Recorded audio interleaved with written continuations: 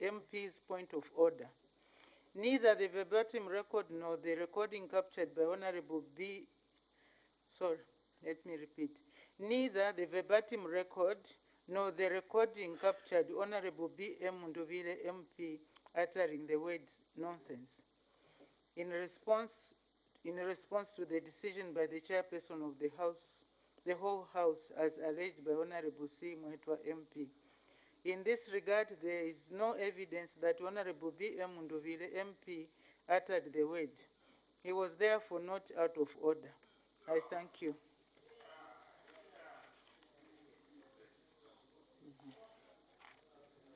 The second ruling is on a point of order raised by Mr. Munia Zulu, Member of Parliament for Rumezi constituency, on whether the House was in order to prevent members from debating on provinces where their constituencies were not located without it being prescribed in the standing orders. Honorable members will recall that on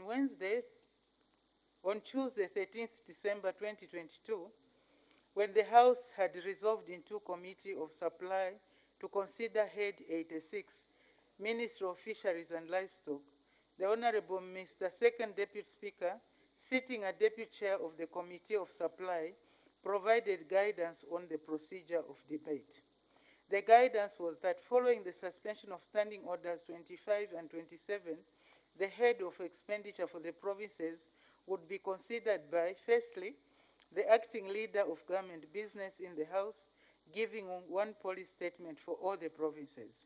Thereafter, 3 members from each of the provinces appearing on the order paper would debate their provincial votes. The appropriate provincial honorable minister would then respond to the issues raised on the provincial vote. When all provincial heads of expenditure have been debated, the acting leader of government business in the House would wind up debate.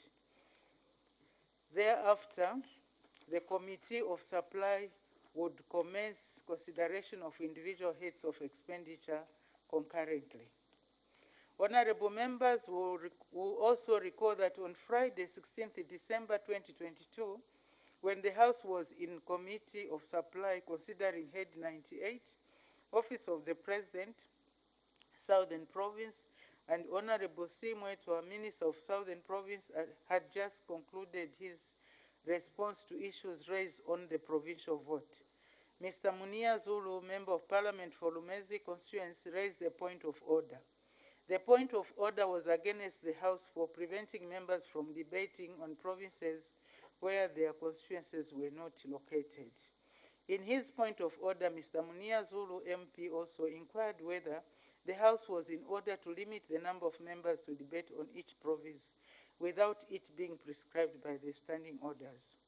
In her immediate response, the Honorable Madam First Deputy Speaker, sitting as chairperson of the Committee of the Supply, reserved her ruling to enable her study the matter. I have since studied the matter and I will now render my ruling. Honorable members may wish to note that an examination of the point of order by Mr. Munia Zulu MP reveals that it emanates from an order given by the Second Deputy Speaker, sitting as Deputy Chairperson for the Committee of Supply on Tuesday, 13th December 2022. This therefore amounts to a challenge on a decision of a presiding officer. Standing Orders 2261 of the National Assembly of Zambia, Standing Orders 2021, is instructive on the procedure to be followed where a member wishes to challenge a decision of a presiding officer and provides as follows, and I quote. 1. A member who wishes to challenge a decision of a presiding officer shall move a substantive motion, end of quote. Further, Standing Order 132(1)D of the National Assembly of Zambia, Standing Orders 2021 provides that, I quote, 1. A point of order may be admissible if D. It is not raised against a decision of the presiding officer, end of quote. Additionally, Standing Order 132(2)D of the National Assembly of Zambia, Standing Orders 2021 provides that, I quote, 2. A member shall not raise a point of order D on a presiding officer or an officer, end of quote.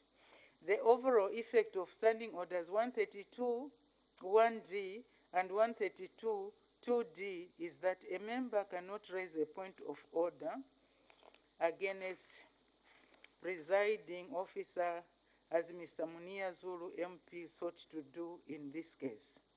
Honorable members, at this point I would like to provide guidance on the procedure to be followed when a member intends to challenge a decision of a presiding officer. The guidance is contained in Standing Order 2261, which requires that a member who wishes to challenge a decision of a presiding officer shall move a substantive motion. Therefore, in this instance, Mr. Munia Zulu, MP, ought to have moved a substantive motion made in writing, addressed to my office, and stating the grounds for the challenge. The consequence of the guidance above is that Mr. Munia Zulu MP's point of order is inadmissible as it does not meet the requirements set out in Standing Order 132 1D and 132 2D and is a violation of Standing Order 2261. I thank you.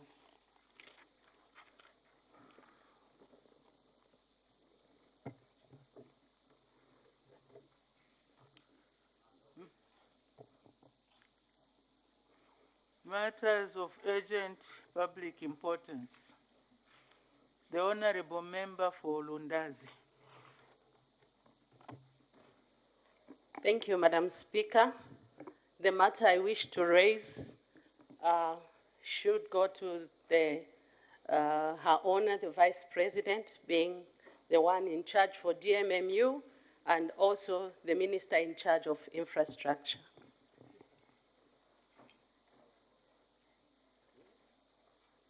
Proceed, Honorable Member. What's the point? Thank you, Madam Speaker, for giving a chance the people of Lundazi to report this urgent matter of public importance. Madam Speaker, Lundazi is experiencing serious floods, just as Chasefu and other areas nearby. At the moment, Madam Speaker, in the last 24 hours, fields have been washed away. Our people are lamenting and crying to us that we may cry to Her Honor, the Vice President, to come through and help the people. Madam Speaker, the hunger situation in Lundazi has been precipitated by delays, actually, and also non-availability of urea fertilizer last season. Madam Speaker, what is obtaining right now is actually something that requires urgent attention. If nothing is done, Madam Speaker, children are dying out of malnutrition. We are requesting as Lundazi people that Her Honor, the Vice President, being in charge of DMMU, may help some of the people whose fields have been washed away and some who couldn't afford to have a good yield due to poor delivery of fertilizer. Madam Speaker, in addition, I would want to bring to the attention of the Minister of Infrastructure that the Kofa Dam, which was built around Lundazi Dam, has been washed away. It has also caused a threat on Mwase Dam, which is our only reliable source for connecting the people from Mwase to Lundazi. If nothing is done at the moment, our people will be cut off and we are going to experience challenges in movement of even the would-be relief food that the government will be able to send. I submit, Madam Speaker. Thank you. The Honorable Member for Nkana. Madam Speaker, I wish to rise on a matter of urgent public importance pursuant to Article 134 on the House through the Chief Whip. Madam Speaker, the lives, or let me state that members of Parliament are national assets and trophies whose lives and welfare must be protected and safeguarded at all times. When I returned from the break yesterday, Madam Speaker, I was made to go and reside in a lodging facility that, Madam Speaker, is way below par. Now, Order. Madam Speaker. Order, honorable member. The issue you are raising does not qualify to be raised as a matter of urgent public I haven't importance. finished, Madam Speaker. It's administrative. The matter is administrative. If you are referring to the welfare of the members of parliament and where they are staying, unfortunately, that is not admitted. So I must continue in Kalingalinga. So that matter is not admitted. The honorable member for Chama North.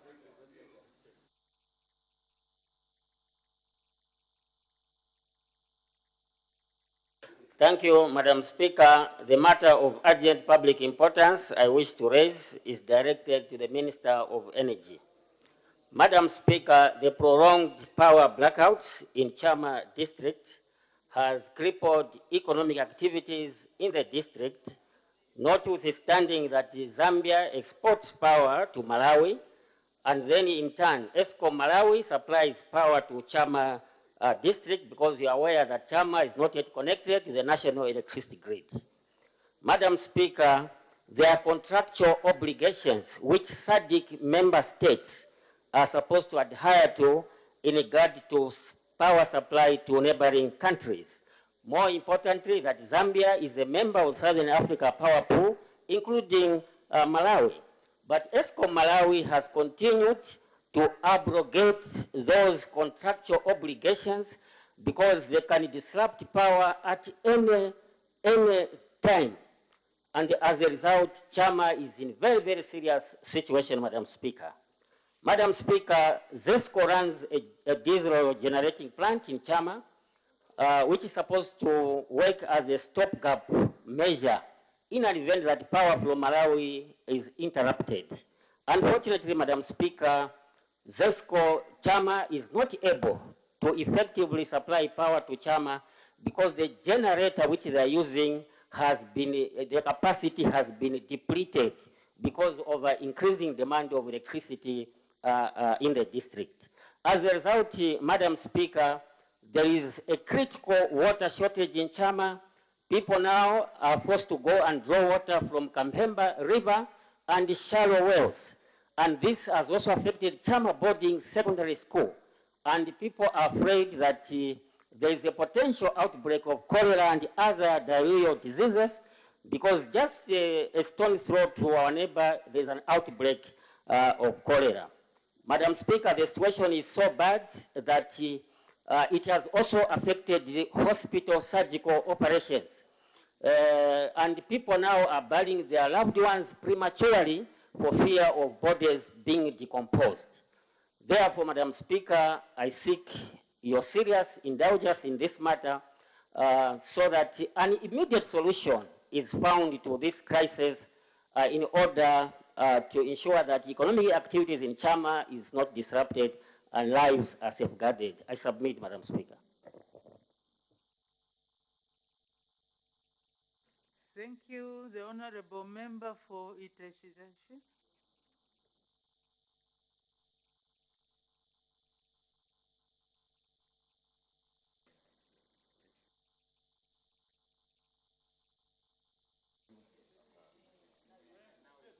Thank you so much, Madam Speaker, for giving the people of Itezi and the Singombe to ask a question of urgent public importance. The question, Madam Speaker, is directed at the Vice President's office and also the Minister of Infrastructure and Urban Development.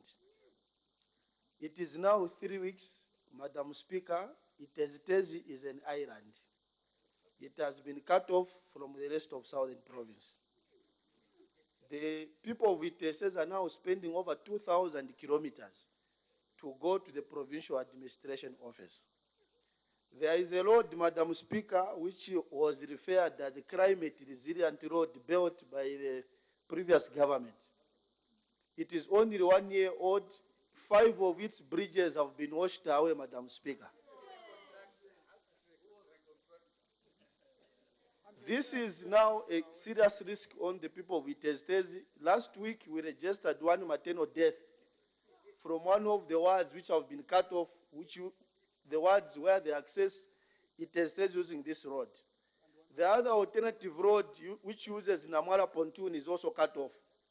Madam Speaker, I want to ask the Minister of Infrastructure and Urban Development what immediate interventions are being taken so that the people of Iteztezi can be part of Southern Province.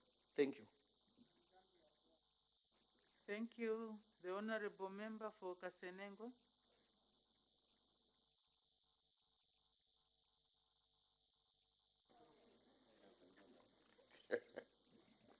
Thank you, Madam Speaker,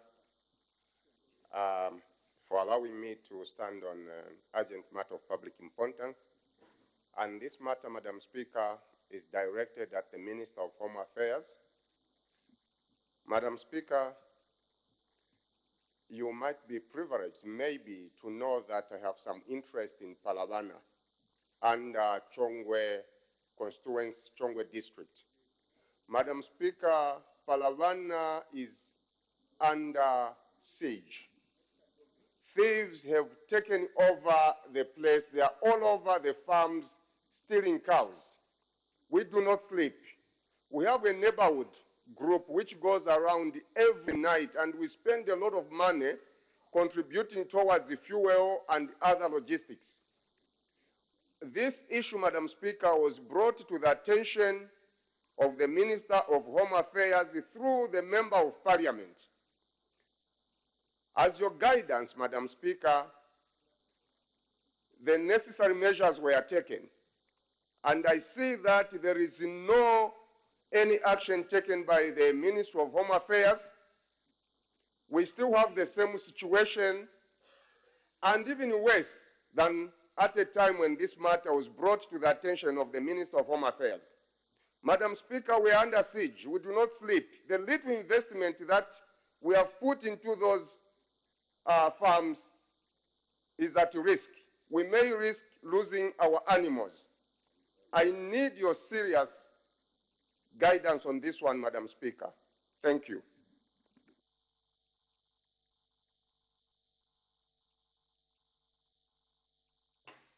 The Honorable Member for Shiwangandu. Thank you so much, Madam Speaker. Madam Speaker, the matter of urgent public importance I'm raising is directed to the Minister responsible for transport and logistics.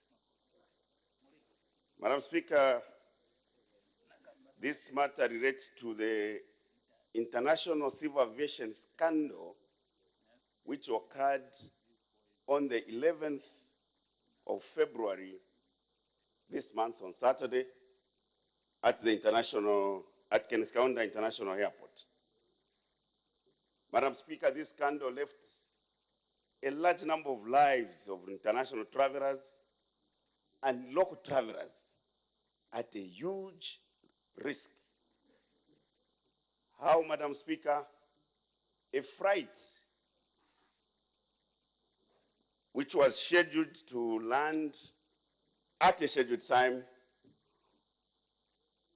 of Qatar Airline was delayed for more than 30 minutes, where the plane was made to go around making circles before it could be allowed to land. The second flight, ministers. The second flight was Arab Emirates, Order, Madam Speaker. order, honorable members, can we have some order? Was Arab Emirates, Madam Speaker, which was equally delayed and made to go around the circles before it could be allowed to land. Your local flight, Pro-Flight, Madam Speaker, which was scheduled to land in Mfue, was made to be rerouted to Ndora International Airport. This is not a joke. Madam Speaker, those who know the civil aviation rules should be able to understand that that's not normal. 3 flights And it takes too much time, Madam Speaker, to allow to negotiate for these airlines to start servicing our destination. So such occurrences are a risk. Is the Honorable Minister in order to remain quiet, Madam Speaker, when lives of many people are at risk? I seek your guidance, Madam Speaker. Maybe, Honorable Member, you can just shed some light. What was the reason for the delayed landing?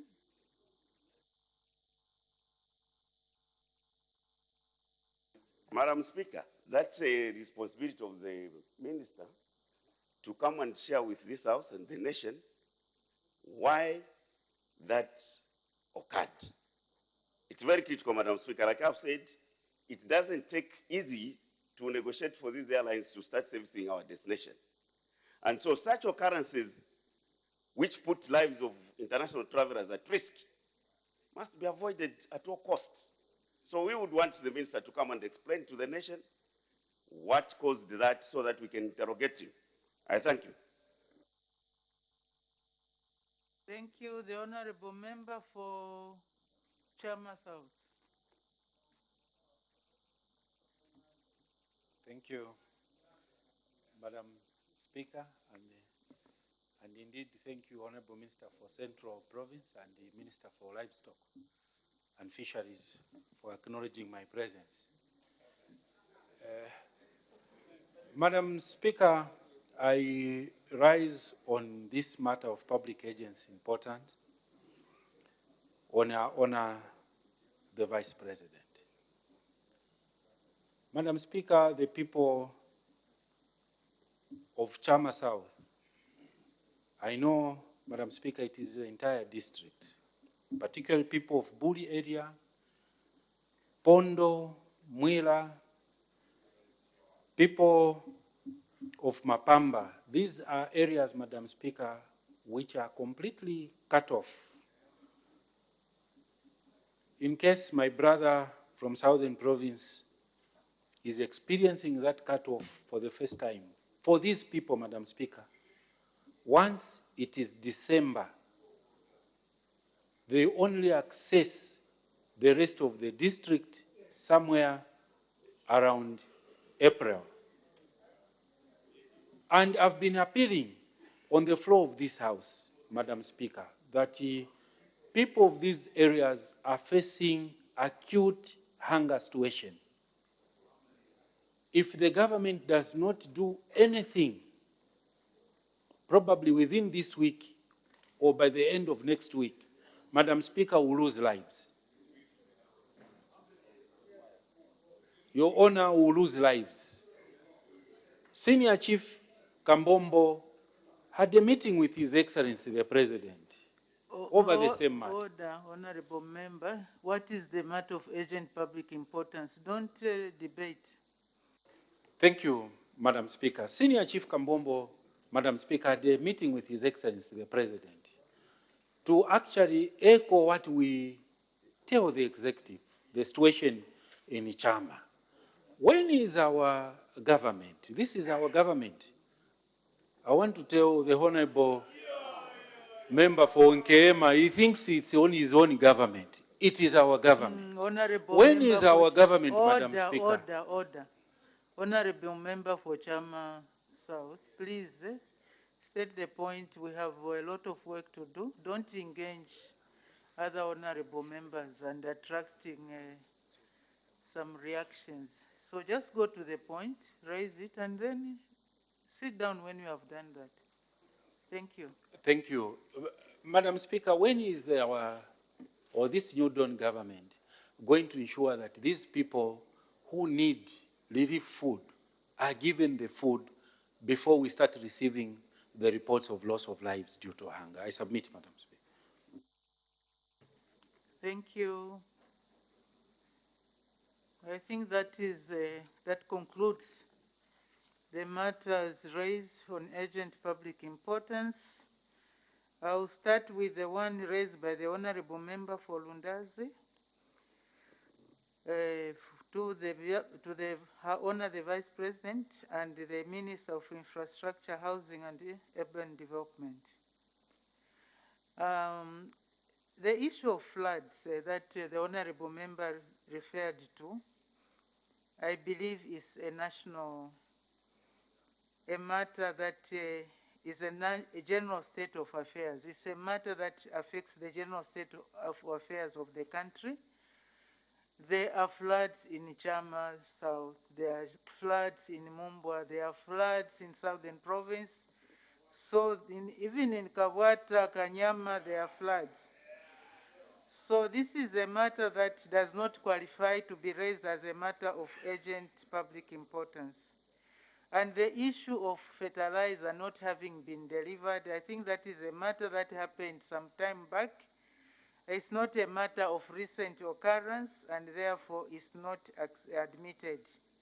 The issue of Mwanse Dam, I'm sure, as yesterday, the member for, was it now, member for Chama North raised a matter relating to the Lumezi, honorable member for Lumezi, raised the matter relating to the washing away of a road in Lumezi. So even the same applies to this Mwanse farm. If the dam is washed away because of the rains, the Minister of Infrastructure is there. Please do engage. The reason why we raise matters of urgent public importance is to bring the issue to the attention of the government. But if the government is already aware and doing something about it, I believe there is no reason why it should be raised here as a matter of urgent public importance. So please, let's make sure that we follow up with the DMMU officers and the Minister of Infrastructure to bring to their attention these challenges so that they can be addressed. Let's not wait for matters to be raised as matters of urgent public importance, because if we do so, we risk our members, our people, to be affected negatively, and the correction measures will take long to be actualized. The next one is the one raised by the honorable member for Chama North. Yesterday, there was a question that was asked by the same honorable member concerning power. I believe the Minister of Energy was here and he was answering questions about the same power which is being gotten from Malawi. And in accordance with Standing Order 67, issues which are irrelevant or repetitious are not admitted. So in the like manner, that point matter is not admitted, and the government, I believe, is working on it. The minister is there. Yesterday you were asking questions. The Minister of Energy will be able to resolve. If he hasn't, please go and see him again. Honorable Member for Chama North. With regard to Iteshiteshi, the same what I've said about the general state of affairs, the general state of affairs in the country, affecting because it's rain season, roads have been washed away, people have been cut off because bridges have been washed away because of the rain. So since it's a general state of affairs of the country all over, the matter is not admitted. Honorable Member for Kasanengwa, raising a matter of urgent public importance against the Minister of Home Affairs and Internal Security concerning the thieves that are causing havoc in Palavana. They are stealing animals. This issue, actually, even in Makeni, we have thieves. They stole. While I was away, I found my whole electric fence stolen and what. We are not sleeping also there. But since the minister is here and you say that you had reported to him, maybe the minister can shed some light on what measures are being taken to address the situation in Palavana.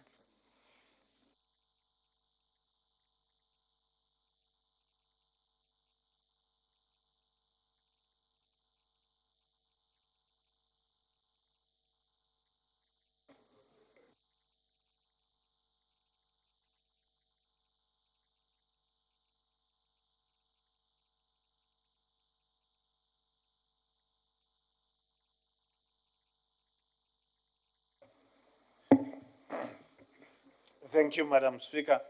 Madam Speaker, in response to the issue that was raised by my Honorable Member of Parliament for Kasanengwa, I want to state that I'm not privy to any information pertaining to the issue he's raising.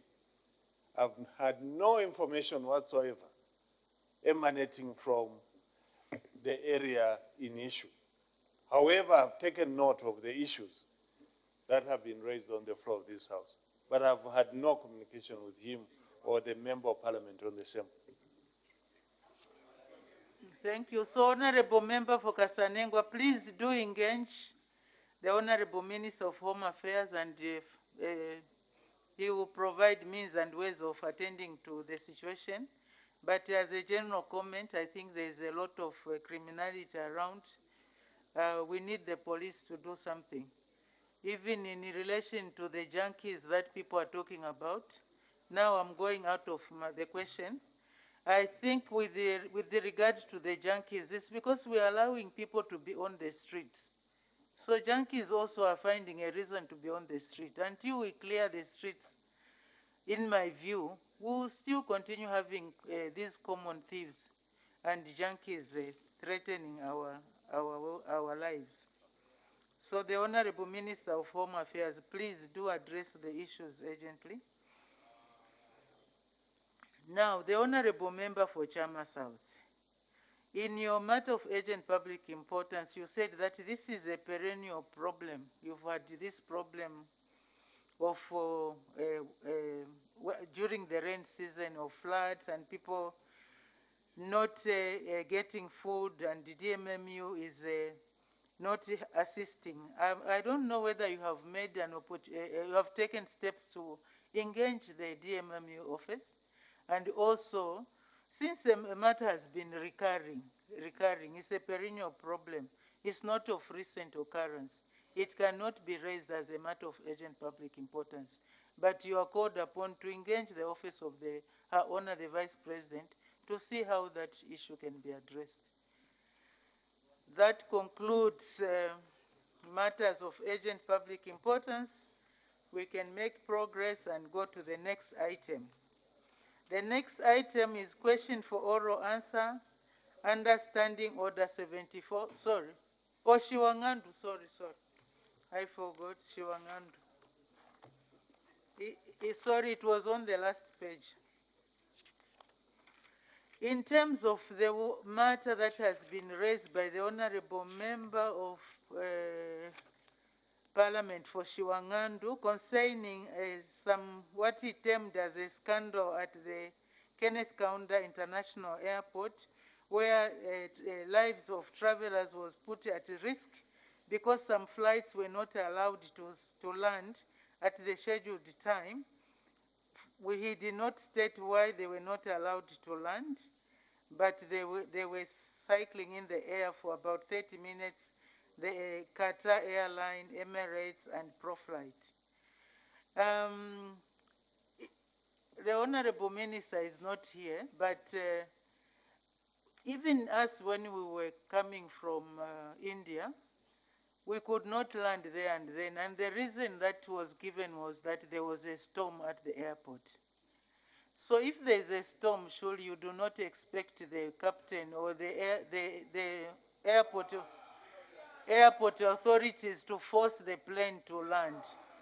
The fact that the plane did not land as scheduled is because there was a compelling reason in terms of weather, because now it's a rain season and there is a storm. If there is a storm, then the plane will have to wait.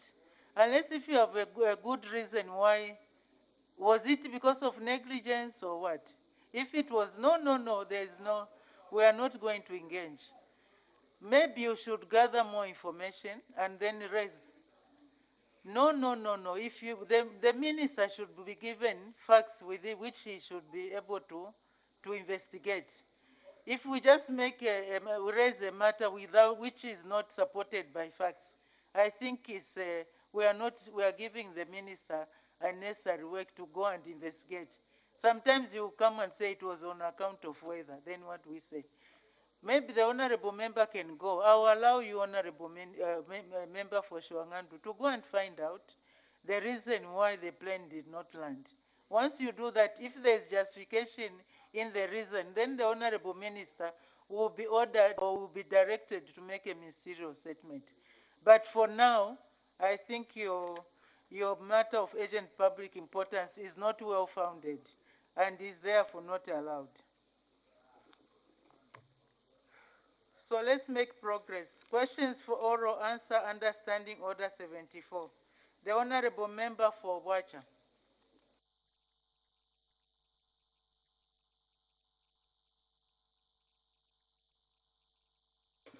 Thank you very much, Madam Speaker. Question number 117.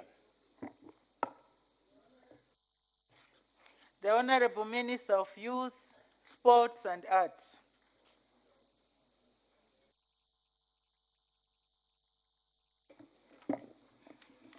Thank you very much, Madam Speaker.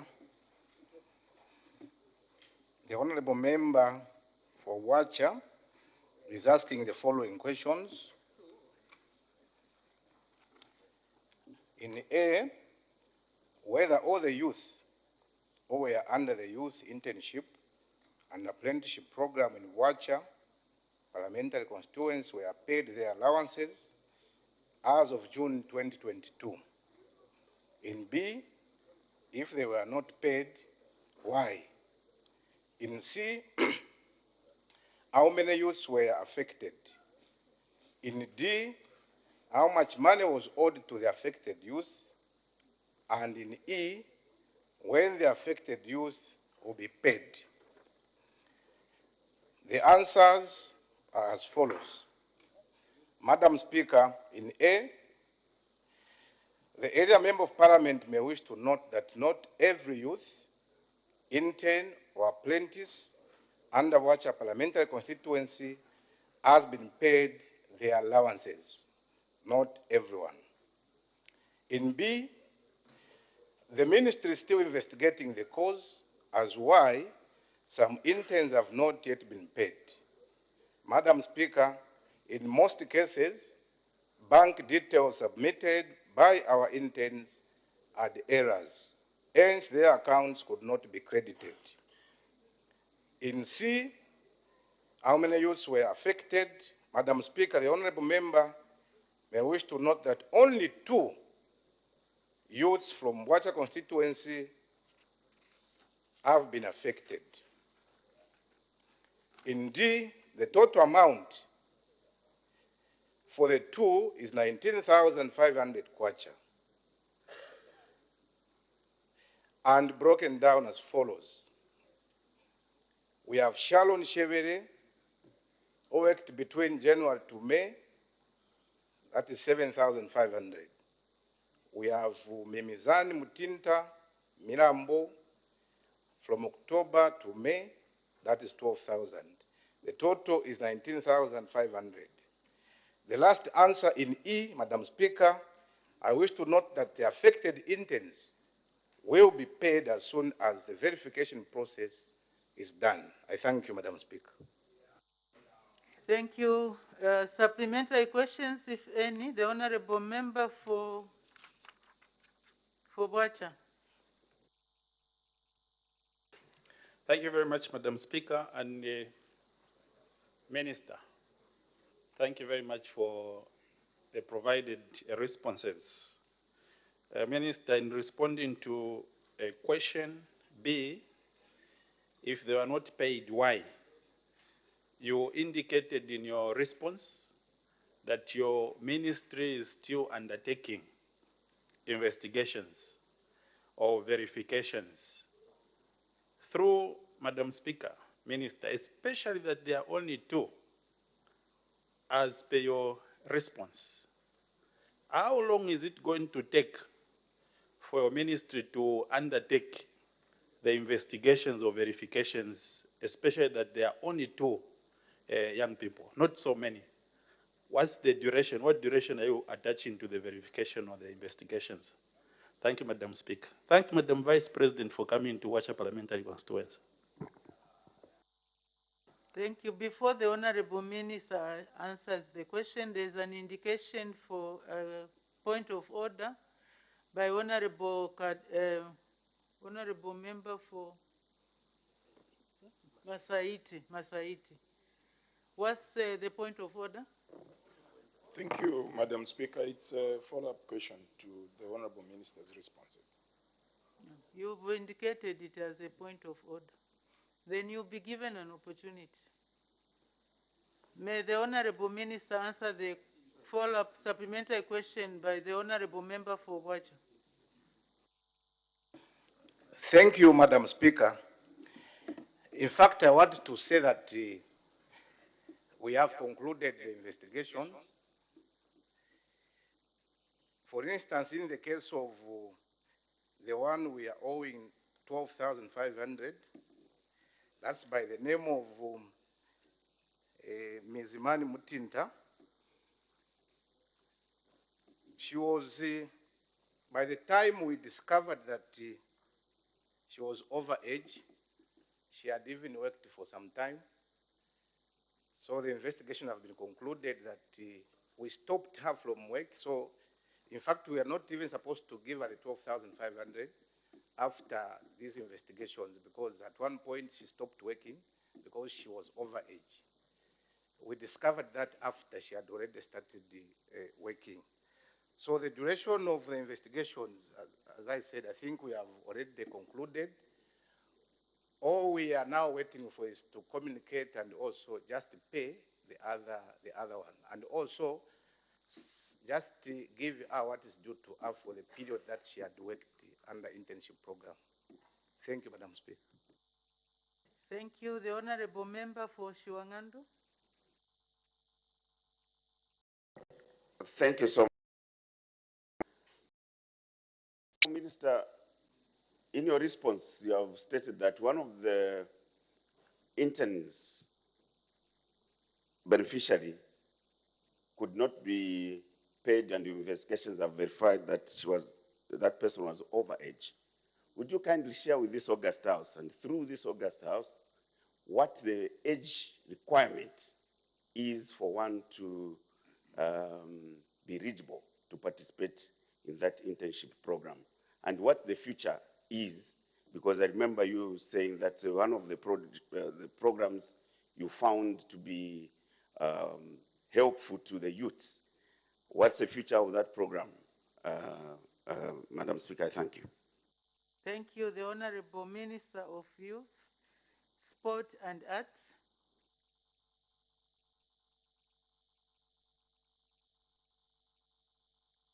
Thank you, Madam Speaker.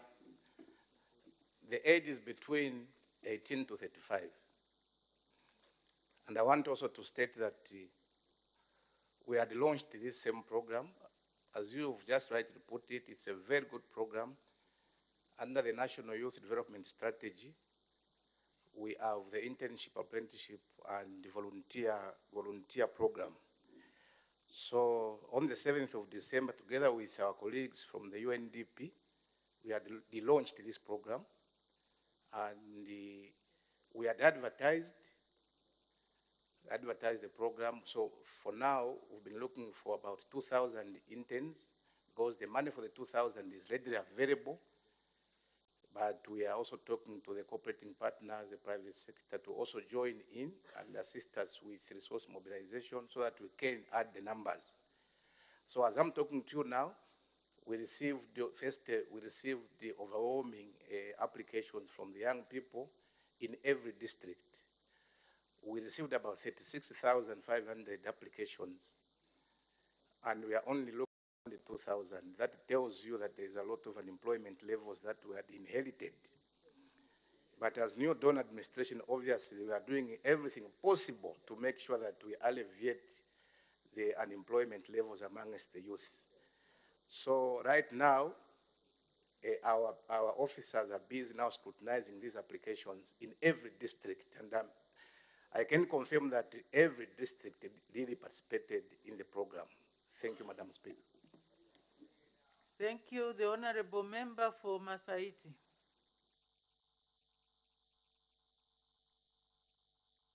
Thank you so very much, Madam Speaker. Honorable Minister, for you to come up with 19,500 and even the duration, the period that you are owing Sharon and Mutinta, you've also given us those responses, meaning you've done your audits, you've done your verifications. These two, Sharon and Mutinta, keep trooping to the Honorable MP, Member of Parliament for Wacha Parliamentary Constituency to ask for their payment. What advice, in short, will you give this Honorable Member of Parliament who has raised this question to give these responses to Sharon and Mutinta? Thank you, Madam Speaker. Thank you. The Honorable Minister of Youth, Sport and Arts. In fact, Madam Speaker, that question couldn't have even come from Honorable Member for Wacha because we've been interacting. This is an issue that we've been talking about with him, and they have already advised that have given him numbers so that that affected individual would be able to contact us. So the advice is that let that intern contact us. From the numbers the Honorable Member for what I gave you, I believe that you also shared that number so that we can finish this issue before we start another program. The Honorable Member for Wacha. Thank you very much, Madam Speaker. It's very true, Honorable Madam Speaker, that I've been conversing with the Minister of Sport, Youth and the Arts over the same matter. But the question, Honorable Madam Speaker, was submitted to Parliament or to your office before we started conversing and before we started talking. Madam Speaker, a follow-up question.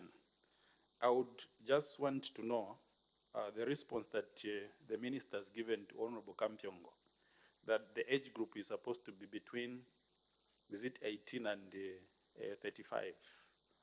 For the interest of my office as a Member of Parliament and the general public out there, because this is in public domain, the youth that was, or a Zambian citizen that was found to be over age, how old was that Zambian? Because the duration is 18 to 35, Madam Speaker. Thank you very much. For the interest of the Member of Parliament and the people listening out there. Thank you. Thank you. The Honorable Minister of Youth, Sport and Arts. Madam Speaker, I may not be able to tell the age of that particular individual, but I think what is clear is that she's over 35. So when we say that it's between the age of 18 to 35, when we are talking about over age, someone should be above 35 years. She can be 100 or 2,000, but as long as she's over 35. It's clear that the question has been overtaken by events, but I'm sure the Honorable Member of Parliament for Wacha can be able to follow up on these two. There are only two members, youths, who have not been paid. I'm sure you can have this matter concluded as soon as possible. The Honorable Member for Kabwata. Thank you, Madam Speaker, for giving the good people of Kawata an opportunity to ask a question. I just wanted to find out, Honorable Minister, for the sake of clarity, wanted to find out how much money is it that you pay for these interns? Because we want to know exactly the amounts that these interns are receiving. Because without knowing the exact amount, I think it leaves us in an opportunity where we will not be able to know how much money is supposed to be paid to these people. The Honorable Minister of Youth, Sport and Arts. Thank you, Madam Speaker.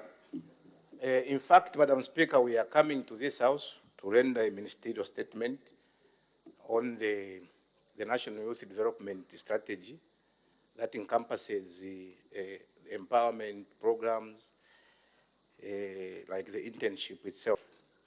But answering the question, Previously, they were being given 1,500 kwacha, but I want to say that the next program will also be giving between 1,000 to 2,500 kwacha per individual per month.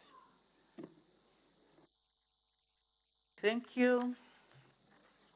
We move to the next question. The Honorable Member for Gwembe. Thank you, Madam Speaker. From the good people of Gwembe, question number 1118. Thank you. The Honorable Acting Minister of Energy.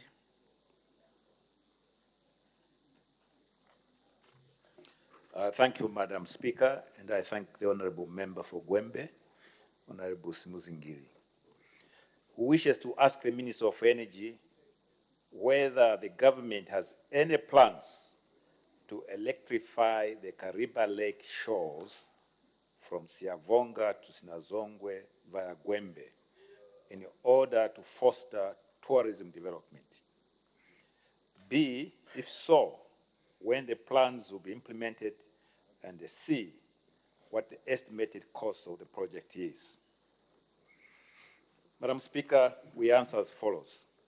A, yes, the government of the Republic of Zambia, through the Rural Electrification Authority, REA, has plans to electrify Kariba Lake shores. B, government, especially the New Dawn government, is aware and recognizes the sacrifices that the people of Gwembe, Siavonga, and Sinazongwe made during the construction of the Kariba Dam.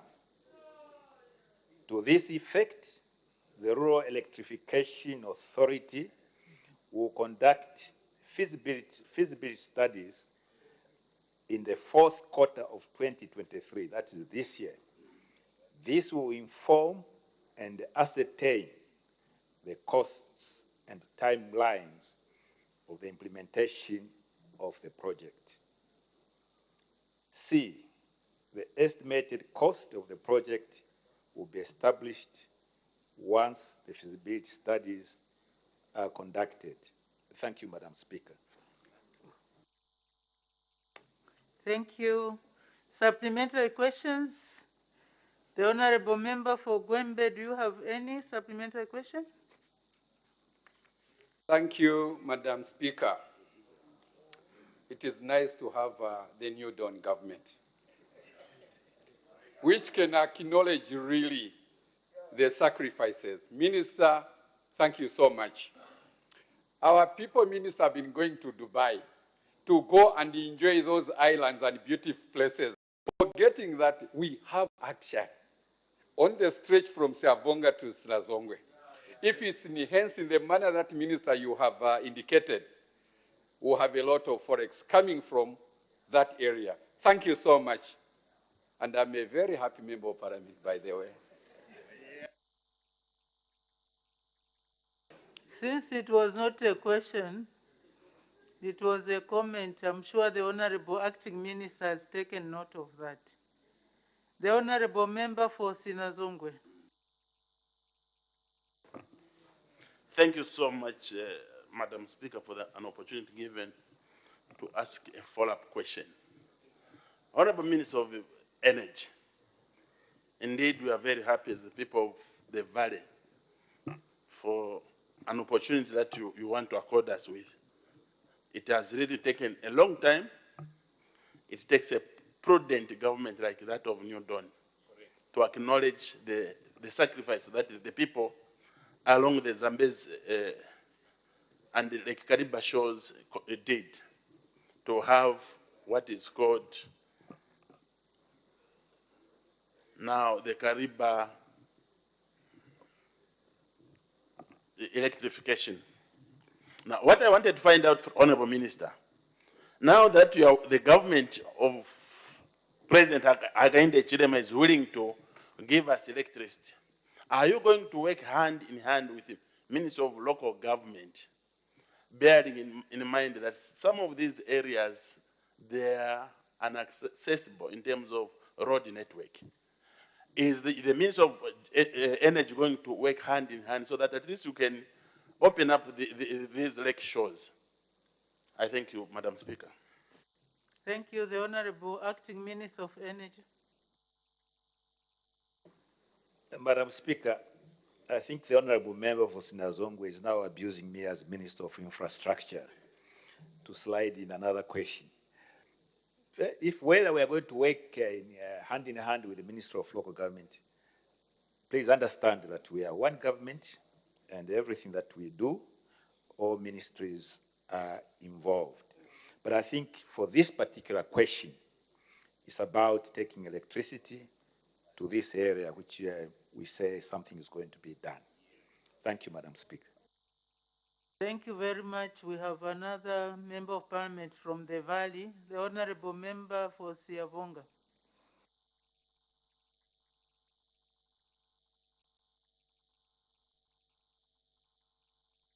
Thank you very much, Madam Speaker. This is exciting as the Valley constituencies. We appreciate that the government, the New Dawn government, have realized, like my colleague has put it, the sacrifices that have been put up by the people of the Valley. Basically, the Valley, the people there, the main activity is fishing. And what has been hampering the people in Siavonga, Sinazongwe, Gwembe, and many other areas is the storage, a part of it. When you don't have electricity, you are forced always maybe to dry your fish or to rush into the market. With the coming of electricity, we want to say we are so excited and happy, and we are comforted by that.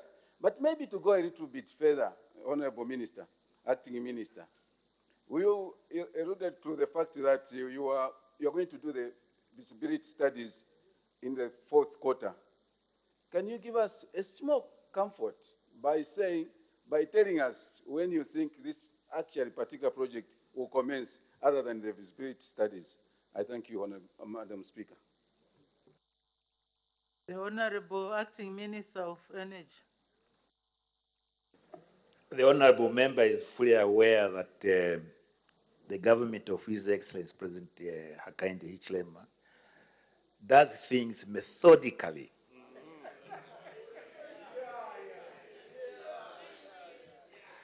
Therefore,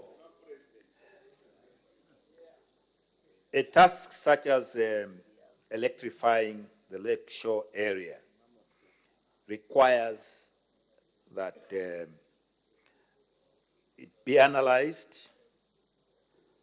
and a feasibility study undertaken. The fact that we are saying that by the last quarter, the fourth quarter of this year, this will be done is indicative of our resolve to ensure that this matter is resolved in the positive. It is this study that will determine, as I said, the costs and the timelines. And the timelines refers to the start of the electrification and the end of that particular program. So, Honorable Member, bear with the New Dawn government. Thank you. Thank you. Next question, the Honorable Member for Chama North.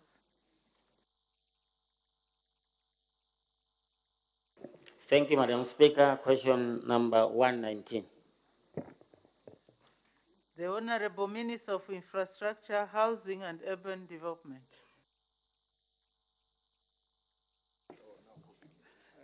Thank you, Madam Speaker. Someone is saying back to core business. Yes, it is. The Honorable Member for Chama North, Honorable Mutachalo, is asking the Minister of Infrastructure, Housing and Urban Development the following questions. Why the construction of Chivale Boarding School in Chama North Parliamentary Constituency, which is at 85% completion, has stalled? B, when the project will resume? C, what the total cost of the outstanding works is? And D, what the time frame for the completion of the project is. Madam Speaker, we answer as follows. The construction of Chivale Boarding School, which was at 85% completion, stalled due to funding constraints and delayed payments. B, the project will resume by the end of next month. C, the cost of completing the outstanding works at Chivale Boarding School as of December 2022 was 15,343,953 kwacha 47 ngwe.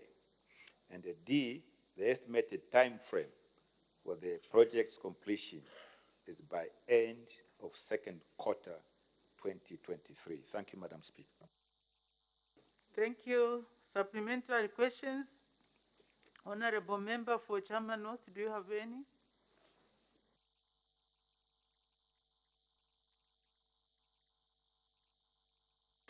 Thank you, Madam Speaker. Thank you, Minister, for that response. I think by this time, Chivale boarding should be at more than 90%. And I was just chatting with Mr. Wang some few minutes ago, the contractor, that he's saying that by the end of next month, because what is remaining is just water and electricity. So we would like to appeal to the government that I think let's expedite this process, because children are traveling 200 kilometers from Chivale to access boarding school at Chama boarding school. So it's my appeal that as quickly as possible. That is a state-of-art school, and if we delay, I think that school is going to be vandalized. So I think it is our appeal. It's an appeal. I think also this question must have been overtaken by events. Could have been submitted some time back. I don't know if the Honorable Minister has got any comment on the appeal.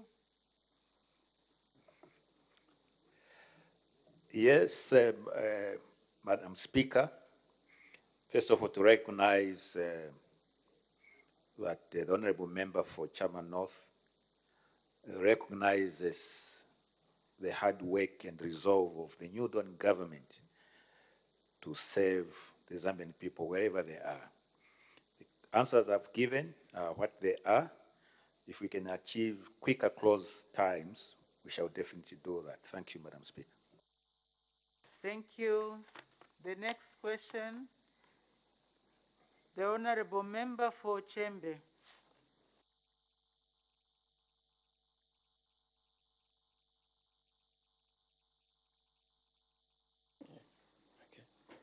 Thank you, Madam Speaker. Question number 120. The Honorable Minister of Local Government and Rural Development. Madam Speaker, Mr. Cliff Chembe, the Honorable Member of Parliament for Chembe constituency, wants to know and is asking the Minister of Local Government and Rural Development whether government has any plans to construct the Chipete Kalasa Kando Road in Chembe district. At B, if so, when the plans will be implemented. And at C, if there are no such plans, he wants to know the reason why. In response, Madam Speaker, to the question raised by Honorable Cliff Mpundu, I wish to inform him and the House that at A, the government has always had plans to construct the Chipete Kalasa Kando Road in Chembe district. At B, as at the time when the question was posed to the ministry, the Chipete Kalasa Kando Road was among the feeder roads under the feeder roads periodic maintenance that was under maintenance in Chembe district of Luapula province. Madam, the current status of this particular road is that it was contracted for 70 kilometers only, and the contract had been awarded to a company called Professional Engineering Contractors Limited. Madam Speaker, as at now, when we are speaking, this is among the contracts whose status reads terminated due to budgetary constraints in the Treasury. I wish to state that once we normalize the debt portfolio of all works under my ministry that had been contracted out and also awarded beyond the budgetary provisions, we are going to resume the maintenance of these roads. Madam Speaker, I thank you. Thank you. Supplementary questions. The Honorable Member for Chembe.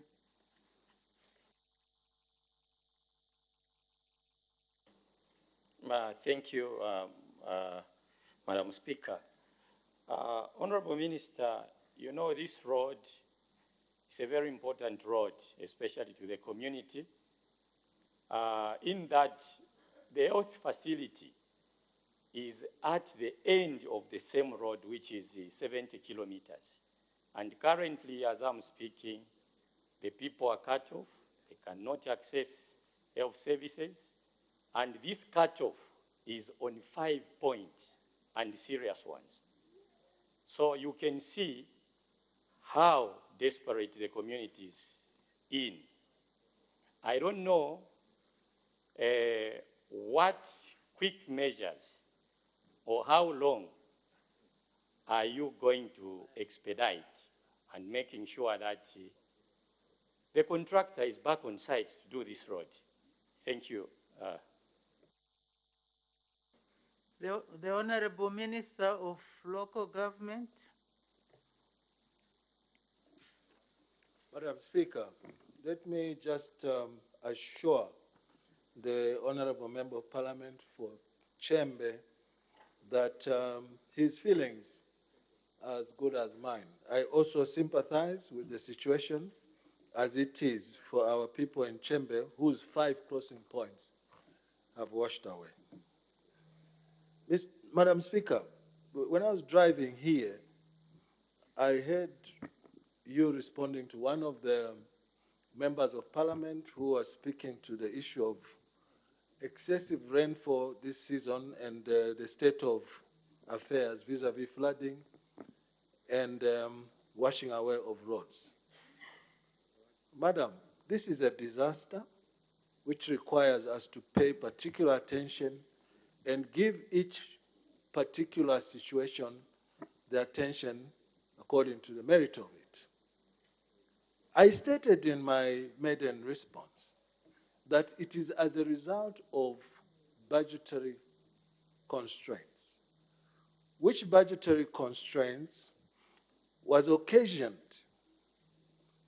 by our erstwhile governors, our friends from PF. And I've said it before, and I'll say it again.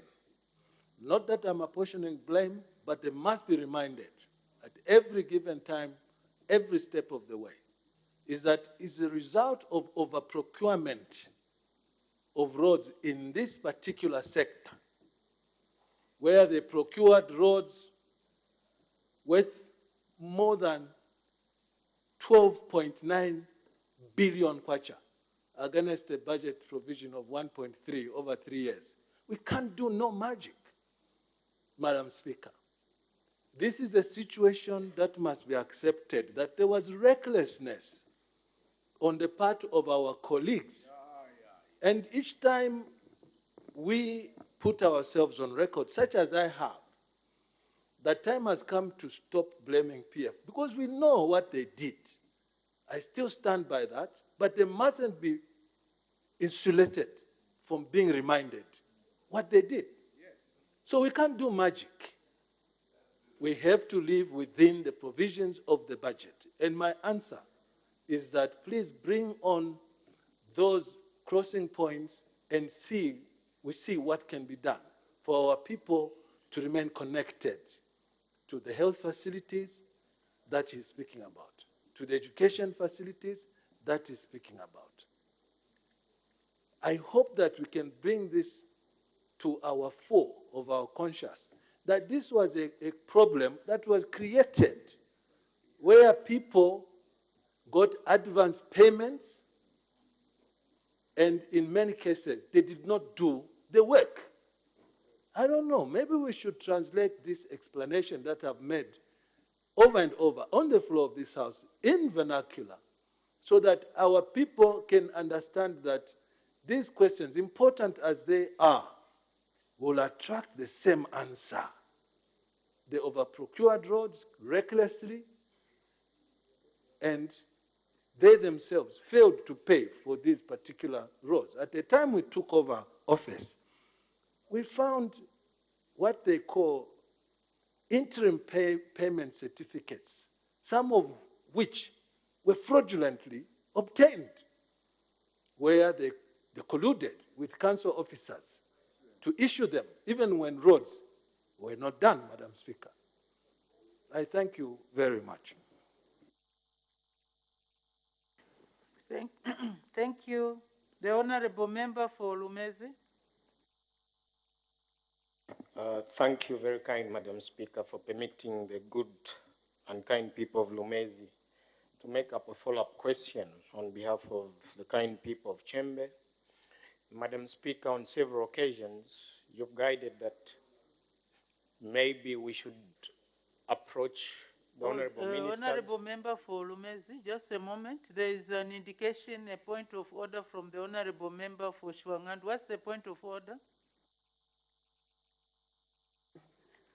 Thank you so much, Madam Speaker. I'm raising this point of order pursuant to Standing Order 65. Madam Speaker, our colleagues must know by now that they are responsible for running state affairs. We are not. And therefore, when people are asking for the services, it's on their shoulders. You can remind us as many times as you can, but people are waiting to receive their services.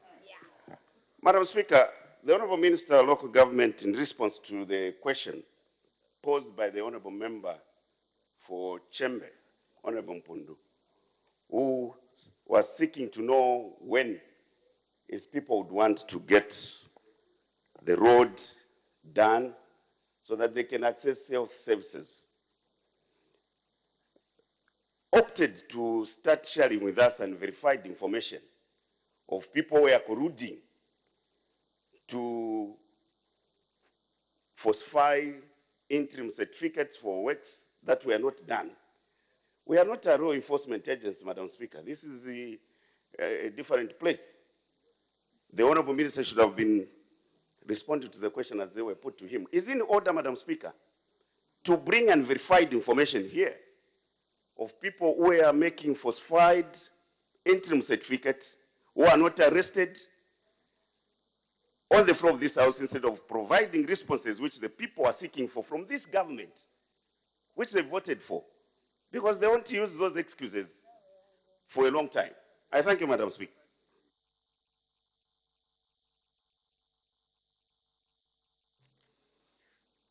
The Honorable Minister of Rural Development, the Local Government and Rural Development, was answering the question, and he was amplifying the reasons why the roads cannot be done. And since he's the minister responsible for this ministry, there is some information that is privy to his knowledge, which we have no knowledge of. So I see no reason to fault him or to find him out of order, because he was just responding to a question and amplifying it. So the Honorable Minister is not out of order. The Honorable Member for Lumezi may proceed. Thank you once more, Madam Speaker. Madam Speaker, before I was interjected by the point of order, you've guided on several occasions that at times attempt to engage the executive before we raise matters on the floor of the House. Madam Speaker, I must state here that it is easier to access you than most of the colleagues on the executive. This is a fact, and we should not hide under the banner of saying, let us interact with ministers out of the floor of this House, because they are not easily accessible, apart from maybe 2 or 3. So, Madam Speaker, the Honorable Minister in his response mentioned that the contract was terminated. When the contract was terminated, it means the contractor's obligations came to an end. We've been told on the floor of this House before that we shall name and shame. We've not seen the naming. Honorable Minister, the contract that was terminated in Chembe, should you find resources, are you going to give it to the same contractor or you shall re-advertise it? I thank you, Madam Speaker. Thank you. On the accessibility of honorable ministers to the members of parliament, both opposition and ruling, I'm sure you meet each other every time in the afternoon here. So if a minister is not picking the call, at least you have an opportunity to see them here. You can try to access them while we are in the house. I think it's easier that way. So, but an appeal, honorable ministers, please make yourselves accessible to the honorable members. The Honorable Minister of Local Government and Rural Development. Madam, thank you very much for the opportunity. Madam, in terms of accessibility to our offices, our homes, here in the chamber, I can attest that I am one of the most accessible minister to all these colleagues. I can make that claim. And I can also claim that, unless my memory serves me incorrectly, and if it does, I apologize, Honorable Munia Zulu may be the only MP who has never been to my office. But according to me, I think he has been once or so. I think he's the only one who hasn't been to the office, and probably the only one I've not served a cup of tea personally. Madam Speaker, he asked me, he wants to know, and he asked me whether when we resume works on these contracts, professional engineering will be given the first right of refusal. That's what is called in contract terms. Yes, as long as professional engineering remains in our good books as one of the companies that performed their obligation in accordance to the terms of, and reference of that contract, they enjoy the first right of refusal, meaning they'll be the first one to be considered, and if they can't take it up, then we'll open it up to adverts. I hope that is sufficient answer for the colleague. They'll have the first right of refusal. Thank you. Thank you. The Honorable Member for Pambashe. I thank you, Madam Speaker. Madam Speaker, I listen. I'm making a follow-up based on the question by my brother Minister of Local Government on the collusion of the engineers who are signing IPCs without works being done. Bearing in mind, Minister, that some of those consulting engineers are sitting with you there as ministers. And some of the contractors. Why can't you just engage them so that you don't embarrass them at the floor of the House? Because they feel very uncomfortable when you speak like that. I thank you, Madam Speaker.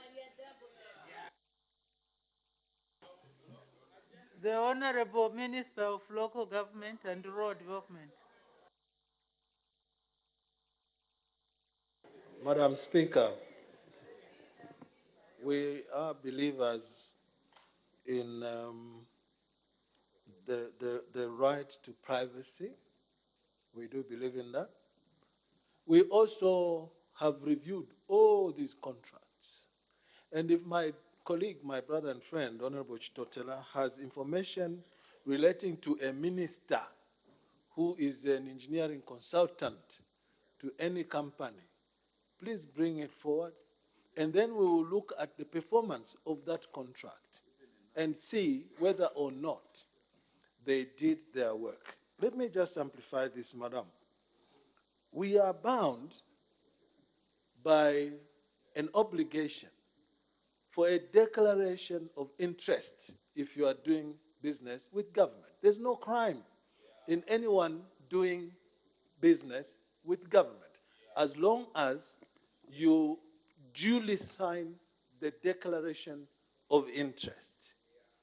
Now, having said so, there are many here, men, that I know myself, who have been road contractors and have searched high and low to find those declarations of interest. I have not seen. There are many. And maybe to tag on to Honorable Munia Zulu's question, is that if we decided to play hard and fast, just on the account of people failing to declare interest, that they've been doing business and getting pecuniary advantage over their positions, that would be trouble enough. I think we must learn now to be just in acceptance of the situation and allow us to run at the pace that the wheel of justice is running on.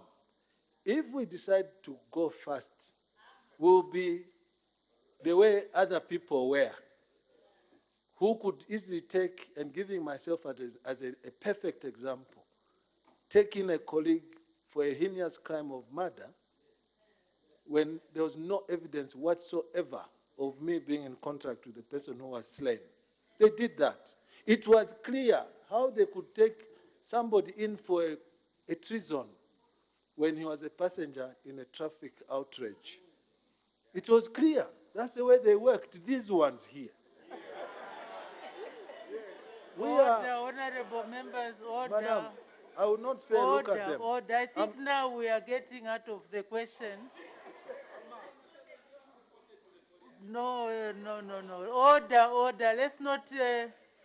Let's not become political. Let's stick to the questions. Order. Honorable member for Lumez, you've already asked a question, and let's see if it's a point of.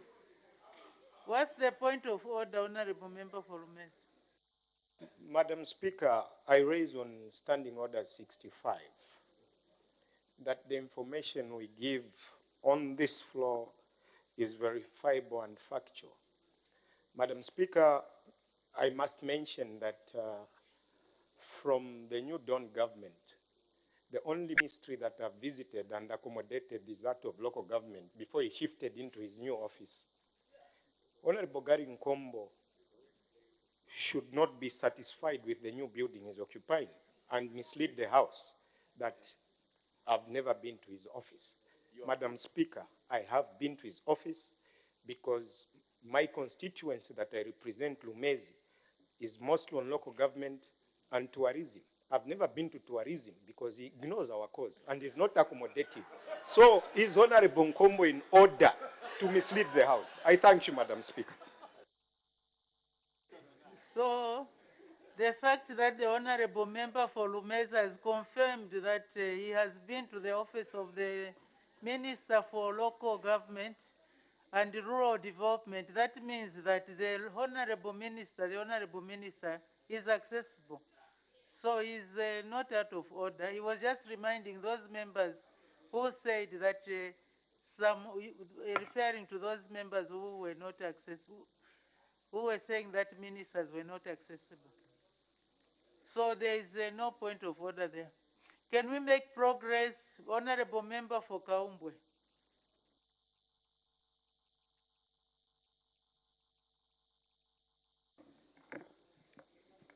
Thank you very much, Madam Speaker, and happy Chinese New Year.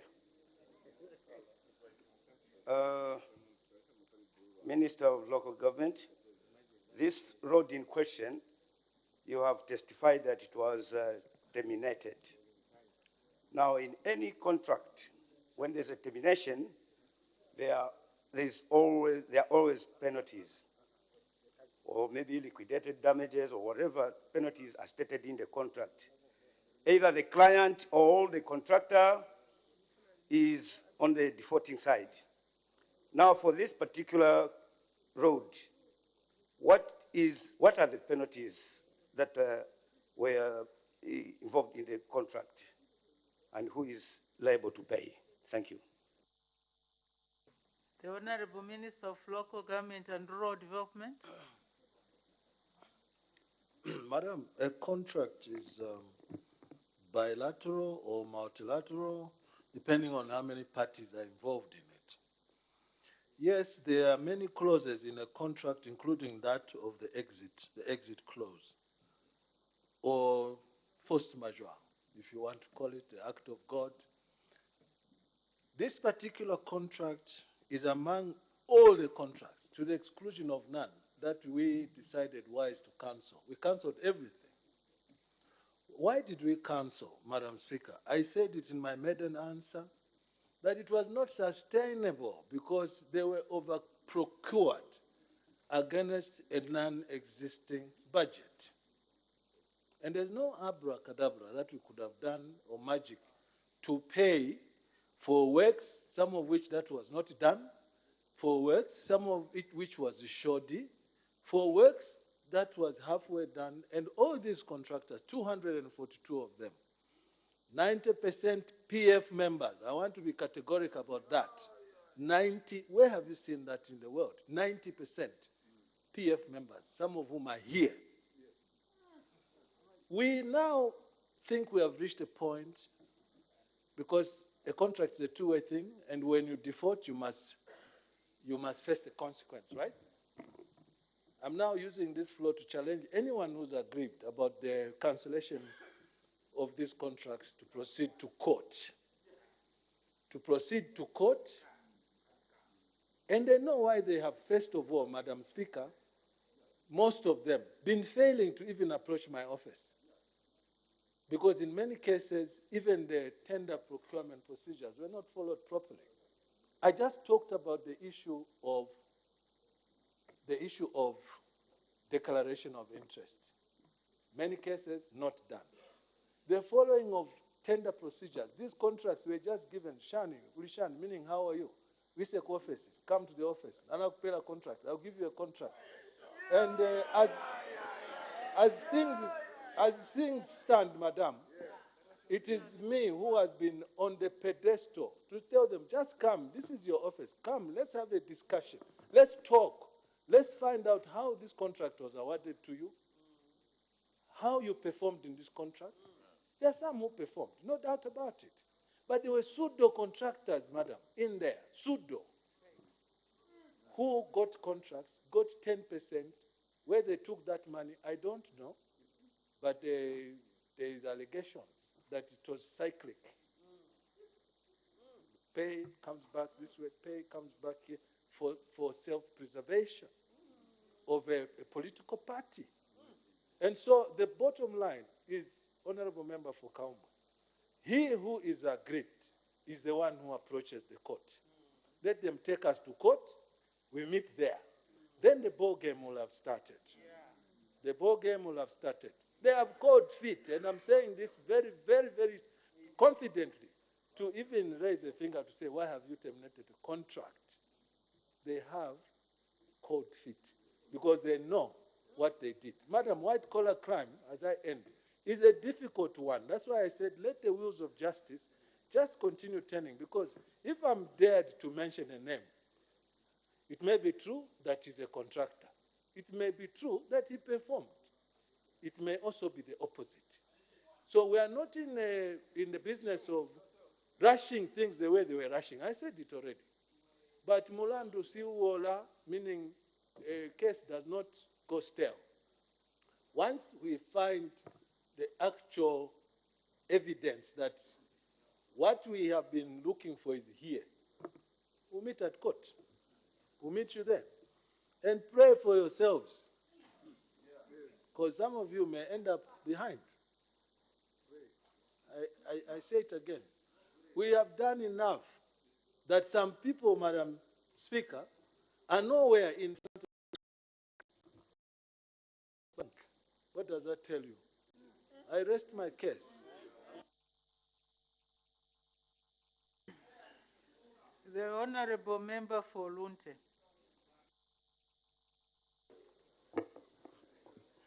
Before the Honorable Member for Lunte comes on, there is an indication, a point of order from Honorable Member for Pambashe. What's the point of order?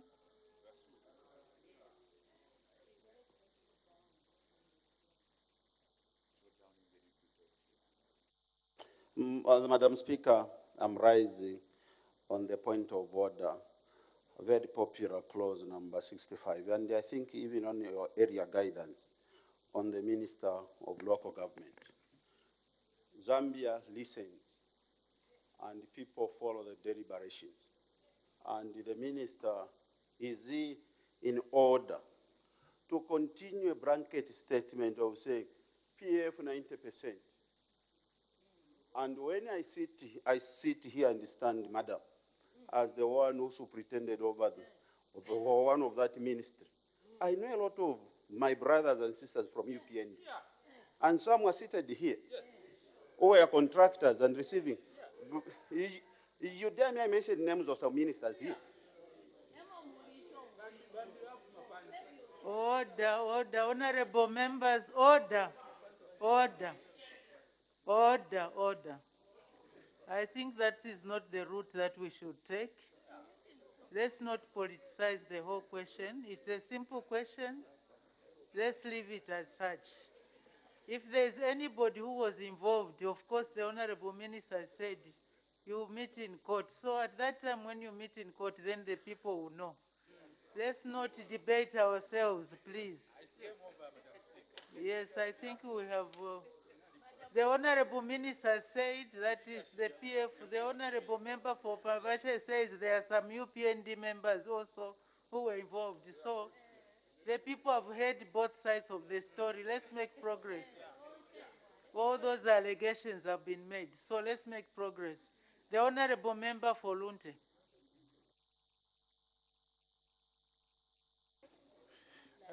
Madam Speaker, thank you so much. Honorable Minister of Local Government and Rural Development, even though even Lusaka City Council is under your ministry, it's got nothing to do with rural. Honorable Minister, my concern is on your statement with regard to declaration of interest. I think it's very important to have clear guidelines in terms of declaration of interest. Let me give you an example. If you have a company, for example, Honorable Minister, which sells suits, and there is an event like the AU, then your company supplies suits to Cabinet Office, and you are Minister of Local Government, you are not responsible for Cabinet Office. Are you required to declare interest? If you are not required, according to either the law or government procedure, then it will be important for you to declare the ministers who presided over the ministry you are presiding over, who actually abused their authority without declaring interest. Do you have such indications? Madam Speaker, thank you. The only problem that I see is we are now getting out of this question. What's the relevance of supply of suits to the road? No, we are not going to engage. Let's make progress. The issue of declaring interest was in relation to the construction of roads, and it was just an example. Anyway, maybe we give the Honorable Member for Lunte, then if the Honorable Minister wants to answer, let the Honorable Member for Lunte finish his question. Go on. Madam Speaker, I think even as I pose a question to the minister, it's very key that you as a presiding officer, you are clear about my question. So that if he, for any reason, he doesn't respond to part of my question, you are able to remind him that, you know, the Honorable from Lunte wanted you to address this aspect. So let me be clear. Let me be more clear. No, I got the question. And if I'm not clear, I will go to the verbatim. I'm sure the minister has gotten your question. So there is no need to repeat. I got the question. Or you want to rub it in? Not rubbing it, but just to be clear, so that the House can fully benefit from my... I'm sure the House Honorable has Minister, Honorable Minister, is the Minister of Energy required to declare interest if he is going to have a contract from the Ministry of Home Affairs? That is the question. If not, then there is cause for you as a minister to indicate to the House and to the nation that there was a minister of local government who actually got contracts from local government. That is the gist of my question. Thank you, Madam Speaker. Thank you. The Honorable Minister of Local Government and Rural Development. I'm fortunate that I've been here for a long time as a member of the legislative wing of government. So, as a member of parliament, an ordinary member of parliament, like my colleague from Lunte, every parliament meeting, you are given a form, yellow and white form, where you lodge in the Supreme Court of Zambia to declare your assets and your liabilities. On that form, there is a question where you are required to state whether you are conducting business with government. Now, whether you are a minister of local government like me now and doing business with the Ministry of Agriculture, the government is one. I am required to declare that interest, that I do business with government.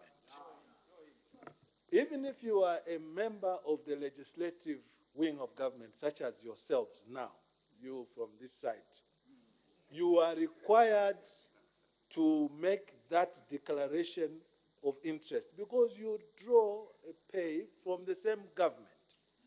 I don't know how it works with the civil servants, but I suspect the principle is the same.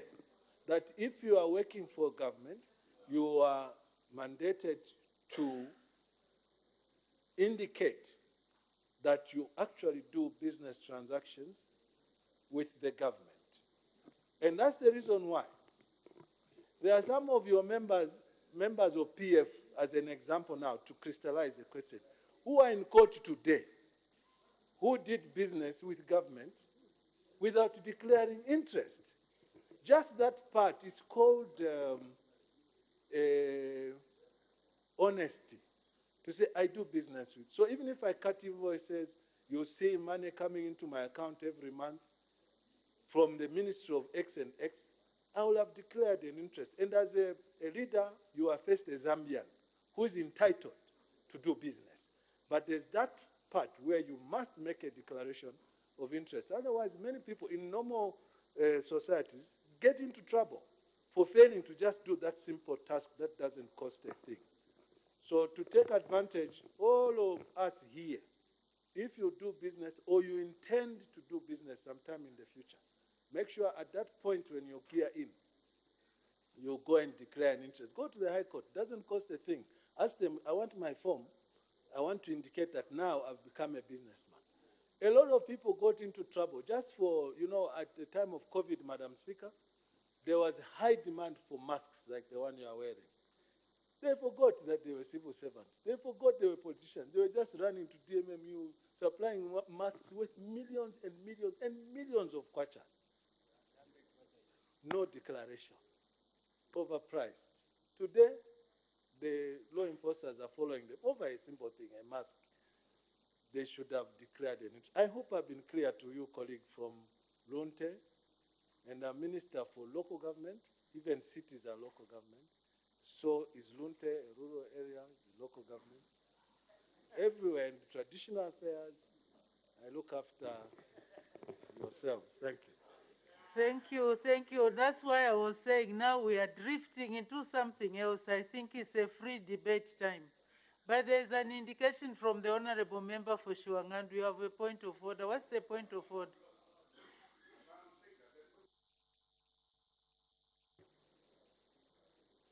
The point of order I'm raising is pursuant to Standing Order 65. The Honorable Member, the Honorable Minister of Local Government and Rural Development, who is responding to my colleague here, and is making reference to the declaration which is made when one is appointed to the Constitution office. It's a one-off declaration which is deposited with the Chief Justice.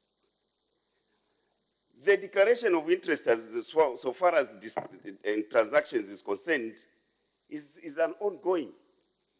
So you can't utilize that declaration, which is required by the Act, Madam Speaker, for those who are appointed, and not ordinary members. Let's read the laws for which we enact in this place. That requirement is only for those who are appointed to constitution offices where one could abuse authority. Is he therefore in order to mislead this August House and the nation at large that that declaration that is made by constitution office holders when they are appointed to those offices is what covers transactions of those who are in authority who wants to transact with government? Is in order to make such a misleading statement and misinterpreting the act which is referring to? I think your serious guidance, madam. I think, honorable members, as I said, we are drifting away from the question. And also in terms of the declaration, let's acquaint ourselves with the provisions of the law to see when the declaration of interest should be made. So please, honorable, and also we should be compliant. We have to do it every year, not just once off.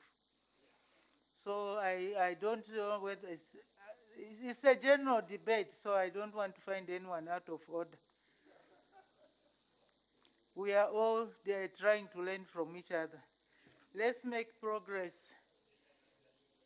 Next question, the Honorable Member for Kalabo.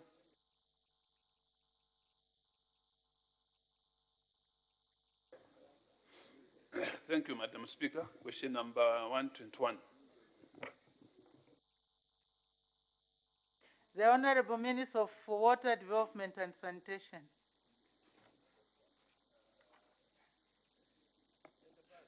Thank you, Madam Speaker. The member for Kalabo Central, Honorable Miyutu, has asked the following question to the Minister of Water Development. A, the question is in three parts. A, why the water that is supplied to Kalabo Township in Kalabo District is brown in color. B, whether the water is fit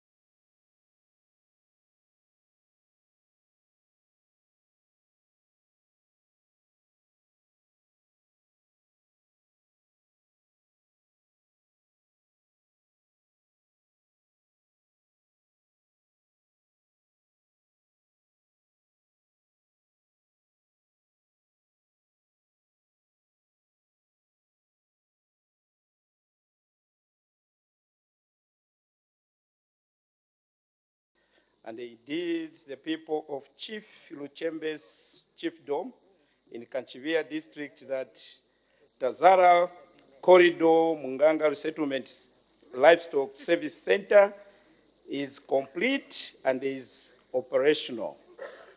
I personally visited the service center in the company of the area member of parliament on the 23rd of April 2020. Offering extension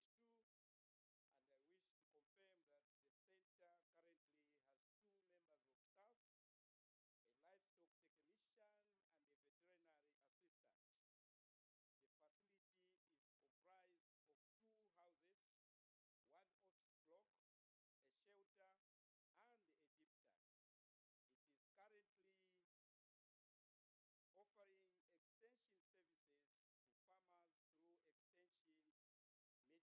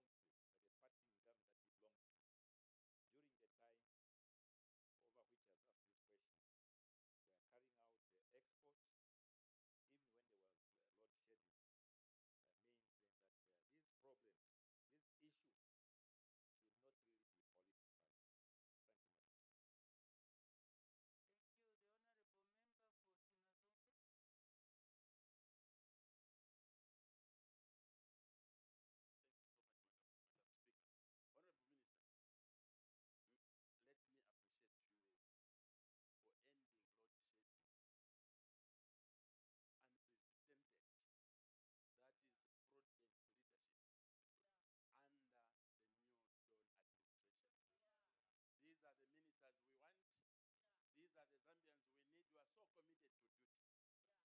Yeah. My question to you,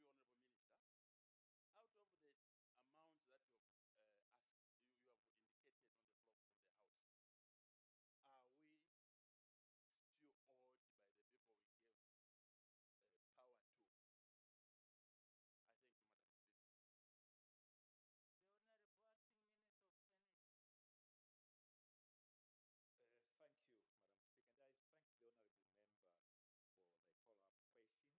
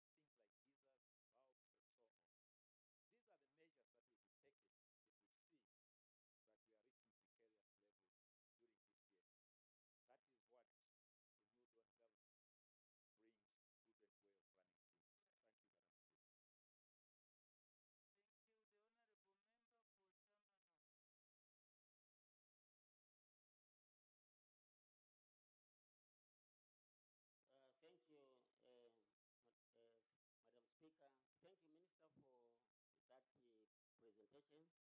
I think the figures you have given us clearly demonstrates that I think there was the investments in the electricity generation subsector, I think by the previous government. It clearly also shows that the electricity exports is a lucrative business. You have, what is your projection as a new Dawn government in terms of increasing electricity exports, especially that we have got ever-increasing demand in the SADC region? Thank you. Thank you. The Honorable Minister. Thank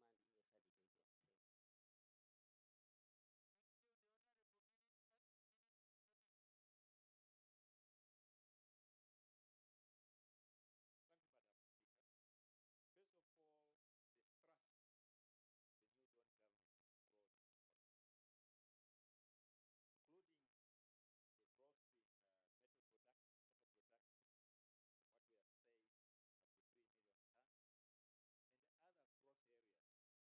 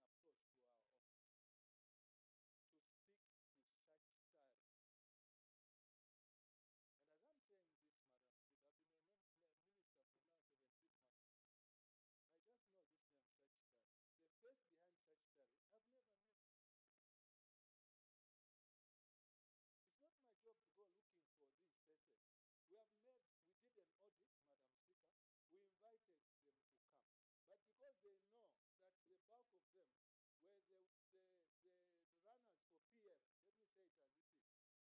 Let me say it as it is.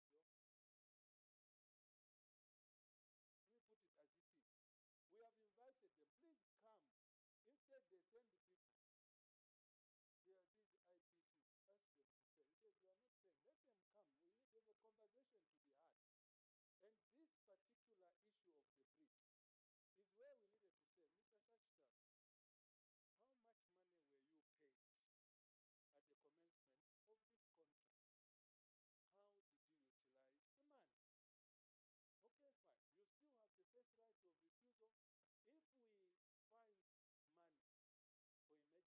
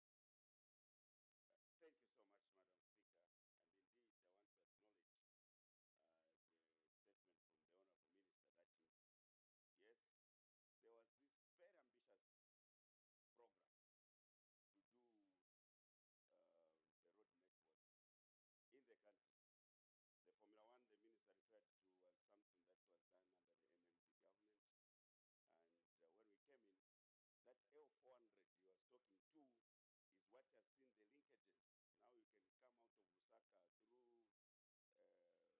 Now you can come out of Lusaka through Chiawa on the other side. Now you can drive from the other side to go out of Lusaka. The road he was referring to, the Isoka speaker, Honorable Minister, was something which was constructed under ADB support from Naponde,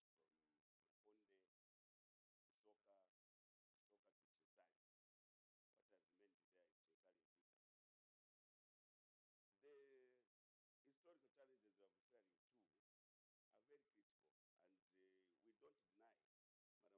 The historical challenges we are referring to are very critical, and we don't deny, Madam Speaker, the pressure we had because the road network was bad. And so we needed to make sure something was done. Honorable Minister, the Honorable Member of Mpika is just trying to know, because there's something that has been done in terms of a few kilometers that were done township roads. The other area is talking about Kamwanya are the other areas which, of course, were planned but not done. How soon is the question? How soon would the people of Mpika expect your ministry to start doing something in that area?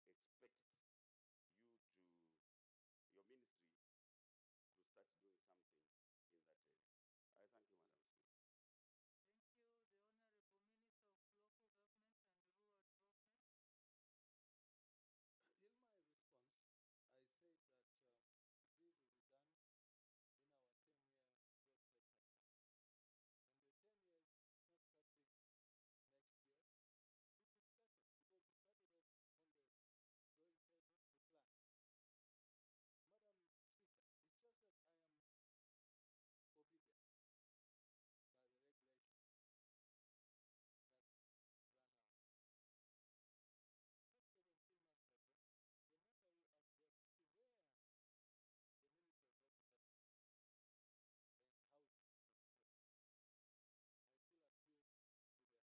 Housing was placed. I still appeal to their question.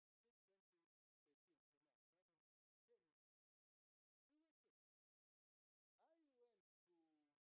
I illustrate that take a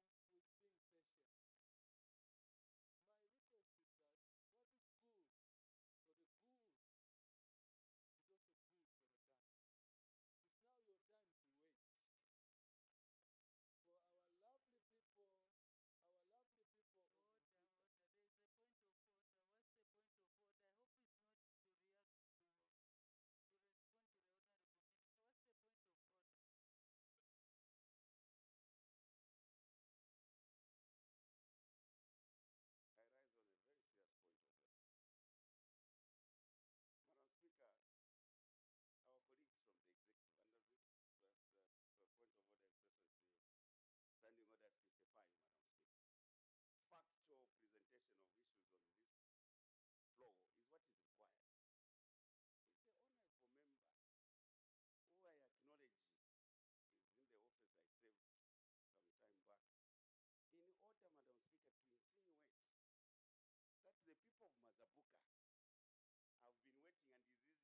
With the honorable member who I acknowledge is in the office I served some time back, in order, Madam Speaker, to insinuate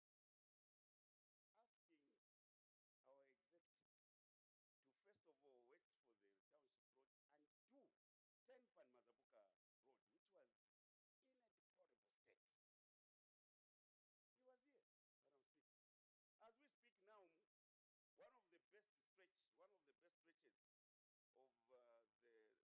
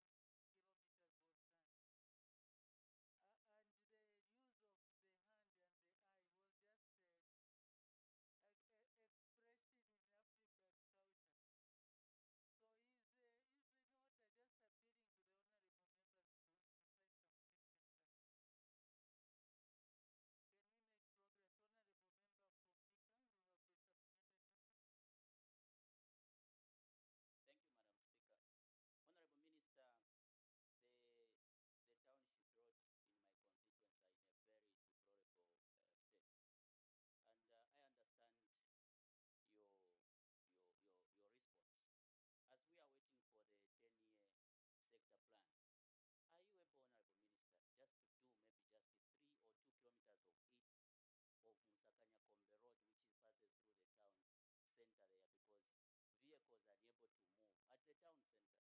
Honorable Minister, this is a very passionate appeal to you, just Musakanyakombe Road, as we are waiting for the 10-year sector plan.